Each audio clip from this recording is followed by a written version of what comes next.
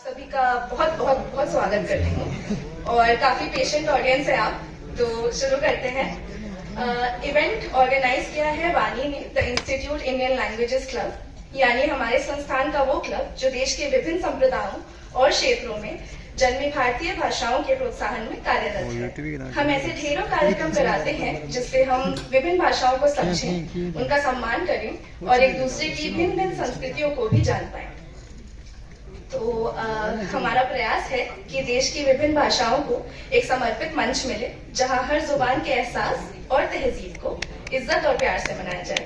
तो इज्जत और प्यार बरकरार रखिएगा प्लीज ऑडियंस पूरी शाम में, ठीक है।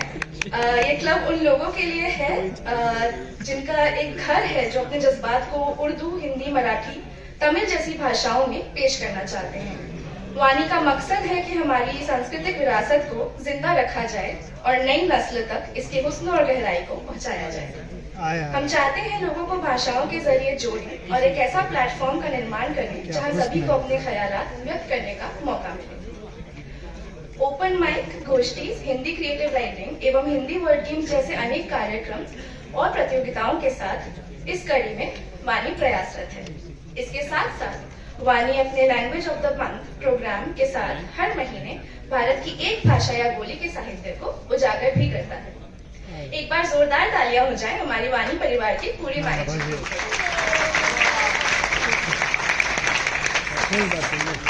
जुबानों में छुपी है जज्बात की रोशनी, जुबानों में छुपी है जज्बात की रोशनी, वानी है जो उन्हें दिल से जुबान तक लाती है। तो चलिए फिर आज के इस मुशायरे में वानी के तहत हम एक झलक देखने वाले हैं अपनी जुबानों के हुस्न और उनके जज्बातों की। तो देर करते हुए हम आते हैं इस शाम के उस मोड़ पर जिसका सभी को बेसब्री से इंतजार है। मैं अब हमारे मंच की शोभा बढ़ाने के लिए स्वागत करती हूँ हमारे शायरों का। सबसे पहले मैं मंच पे बुलाना चाहूंगी अब्बास कमर जी को। ये हैं हमारे नौजवान शायरों के प्रतिनिधि।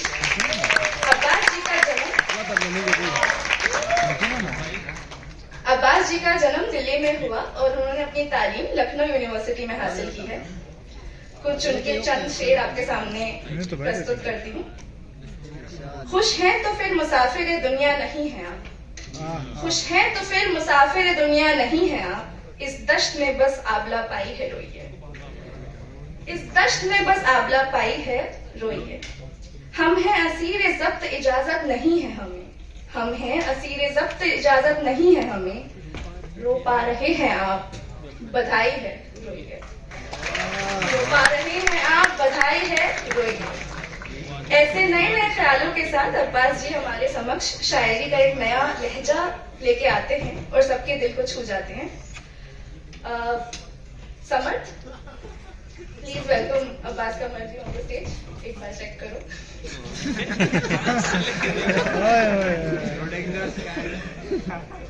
तब तक कुछ ऑडियंस के शेर हैं जो वो प्रेजेंट करना चाहें, या फिर अब्बास कमर जी के कुछ और शेर हम सुन सकते हैं।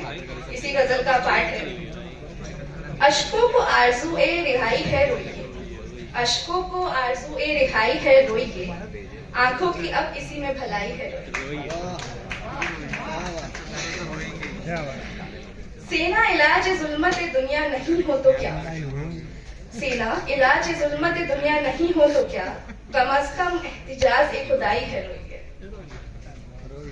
तस्लीम कर लिया है जो खुद को चश्मे हक, तस्लीम कर लिया है जो खुद को चश्मे हक, दुनिया कदम कदम पे सबाई है रोइए।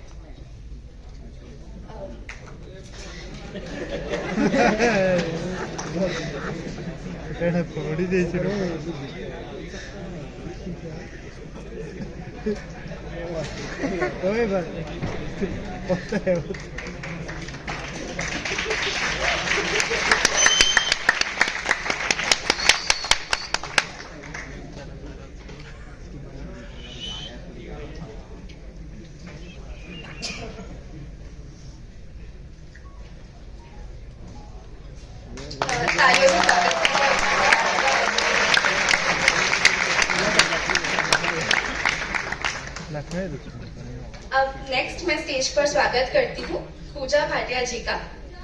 पूजा जी एक लंबे अरसे से शायरी कर रही हैं एवं देश विदेश के अनेक मुशायरों में अपना कलाम प्रस्तुत कर चुकी हैं, जैसे कि जश्न रेख्ता, एक शाम जुबान और अदब के नाम, सुखनवा शिकागो और 10th आलमी मुशायरा। पूजा जी कविताएं और गजलें लिखने के अलावा प्राकृतिक चिकित्सा में भी गहरी रुचि रखती हैं। विभिन्न समाचार पत्रों और पत्रिकाओं में उनके काम प्रकाशित हो चुके हैं। उन्होंने रेख्ता और अदबी दुनिया यूट्यूब चैनल पर कई कामों के लिए वॉइस ओवर भी किया है। वर्तमान में वो एक योगा शिक्षक हैं और मुंबई में रहती हैं। मैं समर से गुजारिश करूंगी कि जब तक पूजा जी स्टेज पे आती हैं, एक बार अब्बास कमर जी का बुके से प्लीज स्वागत कीजिए।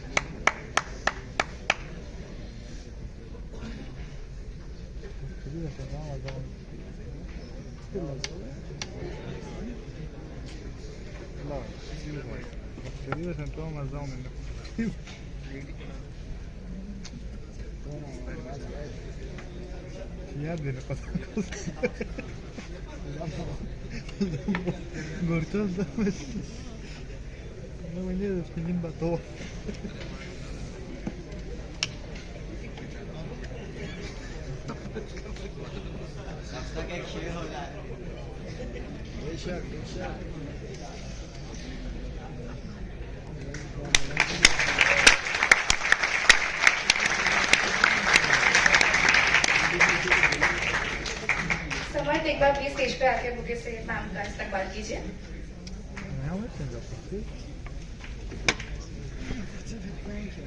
प्लीज तालियां।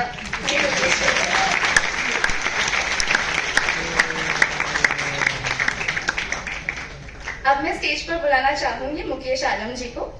मुकेश आलम जी का जन्म तलवारा टाउनशिप होशियारपुर में हुआ। उन्होंने फार्मेसी की तालीम हासिल की है। दूरदर्शन द्वारा ख्याति प्राप्त मुकेश जी अपने कलाम भारत, दुबई, कनाडा एवं अन्य देशों में अपना कलाम प्रस्तुत कर चुके हैं। उर्दू एवं पंजाबी में लिखी उनकी कविताओं और शायरी के लिए उन्हें कई पुरस्कारों से भी सम्मानित किया गया। इन पुरस्कारों में से प्रमुख हैं दर्शन सिंह दर्शन लिटरेरी अवार्ड और कवि लोक साहित्य सम्मान अवार्ड। हाल ही में उनकी पंजाबी कविताओं का संग्रह चनक अंगना प्रकाशित हुआ है। एक बार प्लीज तालियों के साथ मैं को बुलाऊंगी कि वो बुके से सर्कस आए।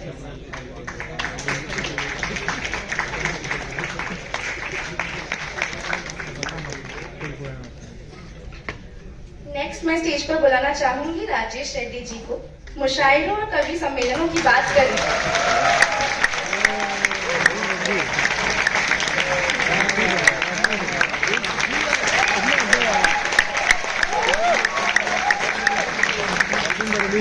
मुशायरों और कवि सम्मेलनों की बात करें तो राजेश रेड्डी जी का नाम स्वर्णिम अक्षरों में लिखा हुआ मिल जाएगा।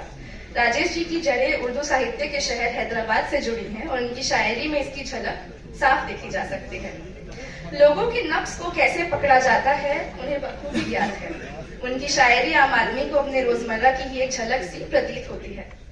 राजेश जी के पास अद्भुत अभिनय कौशल है जो उनके प्रदर्शन को और भी निखार देता है। पिछले 25 से ज्यादा सालों के उनके सफर में इन्होंने कई किताबें लिखी हैं और तो और वे दुबई, मस्कट, ओमान, इंग्लैंड आदि जैसे कई वैश्विक मंचों पर भी पढ़ चुके हैं। Thank you. बेहद लोकप्रिय गायक जगजीत सिंह जी ने भी राजेश जी की रचनाओं को गाया है। वे न केवल गजल, नज्म और कविता के उस्ताद हैं, बल्कि उन्होंने कुछ बेहद लोकप्रिय हिंदी धारावाहिकों के लिए नाटक और गीत भी लिखे हैं। तो प्लीज तालियों के साथ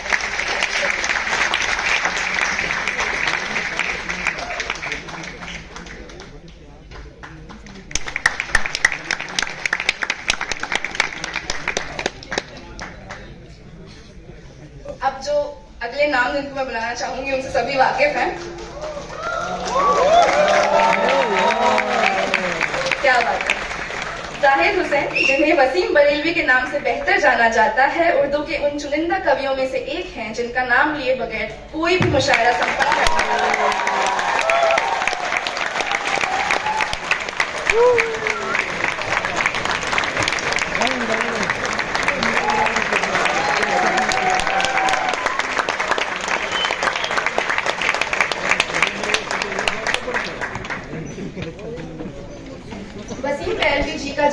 18 फरवरी 1940 के दिन उत्तर प्रदेश के बरेली में हुआ था। उनकी गजलें और उनका अंदाज बयां उन भावनाओं को भी शब्दों में उतार देता है जिनको सिर्फ महसूस ही किया जा सकता है।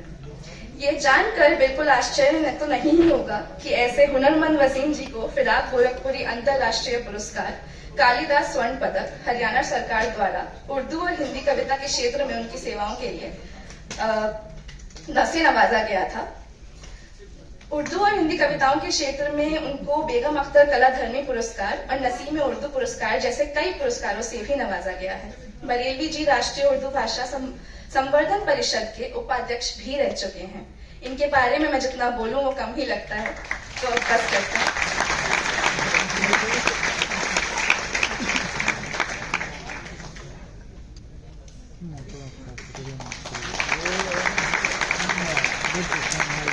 स्टेज पे बैठे सभी शायरों का एक बार फिर से तहे दिल से स्वागत है।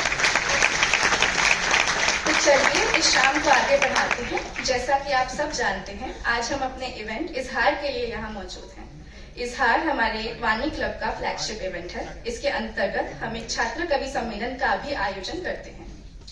आज के नौजवान शायर एक ऐसे मोड़ पर हैं जहाँ रिवायत और जदीदियत का संगम होता है। हमारी तहजीब और शायरी की रिवायत हमें अपनी असलियत से जोड़ती है, जबकि जदीदियत हमें नई सोच और नए अंदाज से लिखने का मौका देती है। मुशायरा और कवि सम्मेलन ऐसे मंच हैं जहां हम अपने जज्बात को इजहार करते हैं, नए माज़मीन पर बात करते हैं और अपनी भाषा की खुशबू को महसूस भी करते हैं। ये महफिलें सिर्फ शायरी का इजहार नहीं बल्कि हमारी सामाजिक मसाइल, पहचान और जज्बात का बयान भी है। इसलिए वानी ने इजहार के तहत एक छात्र कवि सम्मेलन का आयोजन किया था, जहां कुछ बेहतरीन शायर और शायरा का चयन हुआ है। इस मौके पर इन नए शायरों ने अपने लफ्जों से एक छाप छोड़ी है और अपनी ऑडियंस के दिलों को भी छुआ है। चलिए फिर आज इस मंच पर इन नए शायरों को सुनते हैं, उनकी कहानियां जानते हैं और उनके जज्बातों को महसूस करते हैं। तो मैं स्टेज पे बुलाना चाहूंगी हमारे पहले शायर को, जुनैद।